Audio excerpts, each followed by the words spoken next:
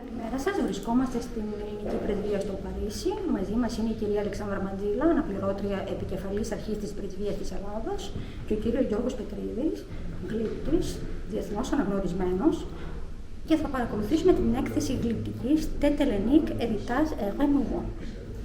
Η έκθεση του Γιώργου Πετρίδη μας έδωσε την ευκαιρία να γνωρίσουμε στο γαλλικό κοινό ένα κομμάτι της ιστορίας μας και ένα κομμάτι της ιστορίας μας διαχρονικά. Την αλληλουχία των ιστορικών περιόδων, ξεκινώντας από την αρχαία Ελλάδα, περνώντας στο Βυζάντιο, φτάνοντας στην Ελληνική Επανάσταση, η οποία είναι στενά συνδεδεμένη και με τις αξίες της Γαλλικής Επανάστασης και τη βοήθεια των Γάλλων κατά τη διάρκεια του αγώνα μας για την ανεξαρτησία, την καταστροφή της Μικράς Ασίας, το Δεύτερο Παγκόσμιο Πόλεμο και την ναζιστική κατοχή, κλείνοντας με μια αισιόδοξη νότα την κόρη, η οποία είναι η μοντέρνα Ελλάδα και είναι το πρόσωπο μιας σύγχρονης ευρωπαϊκής χώρας. Welcome to this exhibition at the Embassy of Greece in Paris. It is called HELLENIQUES, Legacy and Renewal. I'm the creator, Γιώργου Πετρίδη, and it consists of 6 heads. I'll walk you through the 6 heads, and each of them is a reference to a different Greek historical period. There are 6 historical periods ranging from ancient times to the present. For each head, a family member posed. So here you'll see my mother, my father, my wife, my grandmother, myself, and my daughter. And you'll also see references to other sculptural works. So as I was sculpting, I would frequently go to a museum and see this inspired me, and it helped me as I developed my own sculpture. And the other thing you'll see is that there is an arc. There is a generational story, because these are 4 generations of my family, starting about 100 years ago, 1922, and coming to the present. In that generational story, you'll see that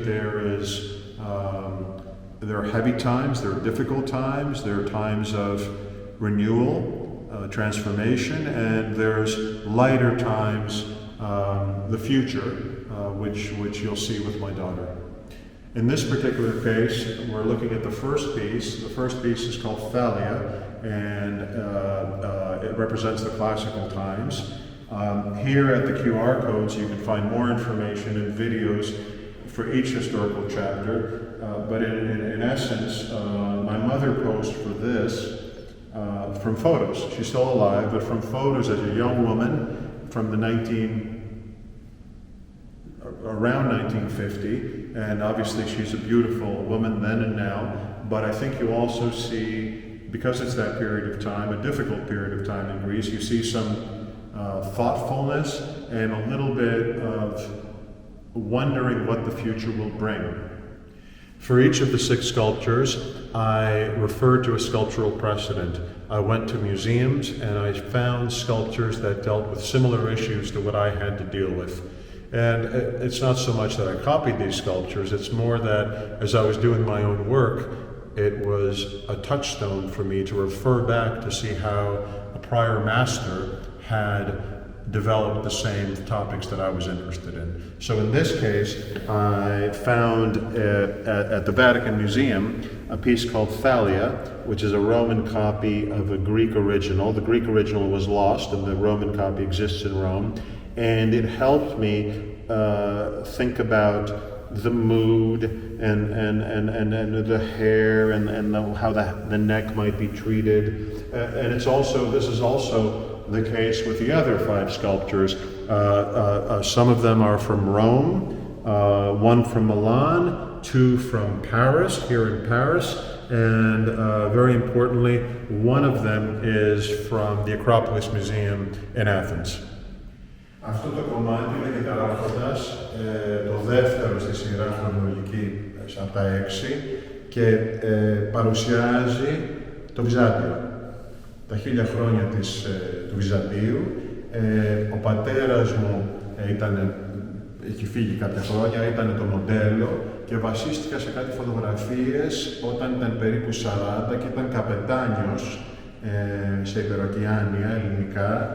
Και θέλω να δείξω εδώ, κοιτάξτε λίγο και το ύφος του, δεν θέλω να πω αυστηρό, αλλά τέλος πάντων ένα αποφασιστικό ύφος ενός ηγέτη. Άρα Εδώ είχα πάει στη Ρώμη και μελέτησα τις κεφαλές του Κωνσταντίνου που βρίσκονται στη Ρώμη. Βλέπετε εδώ, στο Καπιτολίνο εδώ το πρώτο και στο Metropolitan Museum στη Νέα Υόρκη το δεύτερο. Αυτά μου δώσαν κάποια έμπνευση για το ύφος γενικά και έβαλα αυτό το τόγκα, το χιτώνα, τον ρωμαϊκό, γιατί ήταν ο Κωνσταντίνος, όπως ξέρετε, αυτοκράτορας, ο πρώτος που έγινε χριστιανός, και έτσι θεώρησα ότι κάπως και σε όλα αυτά συνδυάζω και ελληνική ιστορία και ορισμένα αρχαία γράμματα που με ενδιαφέρουν, αλλά και ένα οικογενειακό πρόσωπο. Αυτό το κομμάτι λέγεται «Ηρωίδες του 21», βασίζεται προφανώς εκείνη την περίοδο του πολέμου, της Επανάστασης, αλλά κυρίως σε τρεις γυναίκες, leaders, και εδώ το βλέπετε, leadership feminine, και βασίζεται συγκεκριμένα στις τρεις, Μαυρογένους, Βυσβίζη που είναι λιγότερο γνωστή και Μπουμπουλίνα. Και εδώ βλέπετε μία μελέτη που έκανα πάνω σε αυτές τις τρεις σημαντικές γυναίκες για την ελληνική ιστορία. Εδώ αναφέρθηκα σε ένα γνωστό άγαλμα που υπάρχει στο Παρίσι του Κορτιέ, συγκεκριμένα στο Musée de l'Homme, στο Τροκαντερό, που μου άρεσε, προφανώς είναι διαφορετικό φύλλο, αλλά μου άρεσε το στυλ και το στρατιωτικό στυλ και το ύφος όπως κοιτάει στα αριστερά. Γι' αυτό ποζάρισε η σύζυγός μου, που με όνομα Ελευθερία θεώρησα ότι εντάξει είναι το κατάλληλο σύμβολο για την περίοδο αυτή. Και είναι το τέταρτο κομμάτι στη σειρά. Το επόμενο κομμάτι αναφέρεται στην περίοδο της καταστροφής της Σμύρνης, δηλαδή 22 μέχρι 29, και όχι μόνο της Σμύρνης και της Μικράς Ασίας γενικά. Μοντέλο ήταν η γιαγιά μου, από φωτογραφίες και από τη μνήμη μου, η οποία η ίδια ήταν πρόσφυγας από τη Σμύρνη, ως νεαρά κοπέλα, και ήθελα να δείξω το σοκ της απώλειας, γιατί είχε μια σχετικά αρκετά άνετη ζωή στη Σμύρνη και κατέληξε στον Πειραιά πολύ λιγότερο άνετη, σε μια χώρα που πολλοί Έλληνες δεν θέλανε τους πρόσφυγες. Και έτσι προσπαθώ να δείξω το σοκ, αλλά παρόλα αυτά έχει μια αξιοπρέπεια. Πώς θα χτίσει πάλι τη ζωή της, θα παντρευτεί, θα κάνει καινούριο σπίτι, θα κάνει 7 παιδιά. Και αυτό προσπαθώ να πιάσω στο ύφος της γιαγιάς μου, γιαγιά μου Μαρία. Εδώ, όπως βλέπετε, και πάλι αναφέρθηκα σε ένα έργο πρότυπο.